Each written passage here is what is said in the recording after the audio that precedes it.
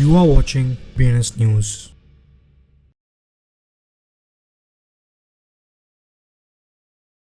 आज की headlines. FTX bankruptcy. Court ने रूल किया कि कस्टमर आइडेंटिटीज हमेशा के लिए शील्डेड रहेंगी। इलोन मस्क एक क्रिप्टिक ट्वीट में सरप्राइजिंग डोजकॉइन मेंशन करते हैं। OECD नया टैक्स रिपोर्टिंग फ्रेमवर्क इंट्रोड्यूस करता है क्रिप्टो इंडस्ट्री के लिए। TrueUSD TUSD का मिंटिंग प्राइम ट्रस्ट के थ्रू पॉज करता है। कोविड रिलीफ प्रोजेक्ट्स में विटालिक ब्यूटेरिन और $100 मिलियन का डोनेशन करते हैं। क्रिप्टो ट्रेडिंग फर्म $9.8 मिलियन के पॉलीगॉन टोकन्स कॉइनबेस और बाइनेंस में मूव करते हैं। वेल 400 मिलियन पेपर टोकन्स को 52% लॉस में बेच देता है। बिटकॉइन की प्राइस 3 मंथ के लो को अवॉइड करती है क्योंकि क्रिप्टो की लिक्विडेशंस $390 मिलियन पर पहुंच गए हैं। बाइनेंस नाइजीरिया इलीगल डिक्लेयर कर दिया गया, जबकि कंट्री बिटकॉइन टेक्नोलॉजी के लिए पुश कर रही है। रशिया का सबसे बड़ा बैंक रिटेल इन्वेस्टर्स को डिजिटल एसेट्स ट्रेड करने देगा। EU consumer watchdog crypto scams को इनेबल करने के लिए टिकटॉक और इंस्टाग्राम जैसे प्लेटफॉर्म्स को स्लैम करता है। डीफाई लिक्विडेशंस एक्सेलरेट होते हैं क्योंकि इथेरियम का प्राइस $1750 से नीचे गिरता है।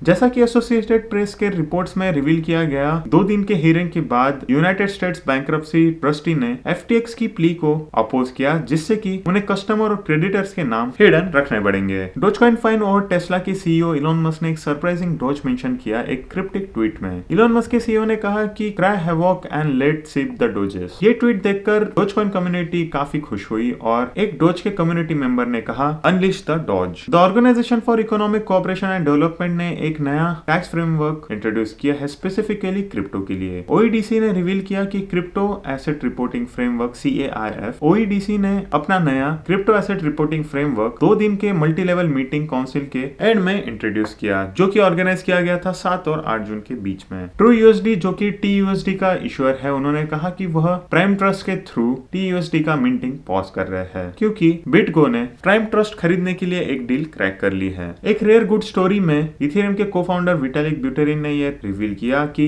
पॉलीगॉन के संदीप नैतवाल के साथ कोविड रिलीफ प्रोजेक्ट्स के लिए $100 मिलियन डोनेट करेंगे। Chicago based trading company Cumberland ने मिलियंस ऑफ डॉलर्स वर्थ के पॉलीगॉन के native crypto currency tokens MATIC को बाइनेंस और कॉइनबेस में ट्रांसफर कर दिया। 10 जून तक ट्रेडिंग फर्म ने $9.8 मिलियन के मैटिक टोकन्स को इन 2 लीडिंग क्रिप्टो करेंसी एक्सचेंज में ट्रांसफर किया। On chain analysis platform blockchain ने रिपोर्ट किया कि वेल ने एक significant amount of paper tokens को सेल कर दिया है, जिसके वजह से स्टैगरिंग 52% का लॉस हुआ। इस फियर में कि SEC crackdown meme coin frenzy को सेटल कर देगा। कॉइन टेलीग्राफ मार्केट्स प्रो के डेटा के हिसाब से ट्रेडिंग व्यू ने यह शो किया कि BTC/USD $25,483 को हिट कर रहा है, जो कि प्रीवियस डे के हाई से $1,200 लोअर है। जबकि ये वीकनेस दिखा रहा है, बिटकॉइन ने बाकी के मेजर अल्ट कॉइन के फेट को स्पेयर कर दिया, जिन्होंने US लीगल एक्शंस के मेजर एक्सचेंजेस को स्ट्रांगली रिएक्ट किया।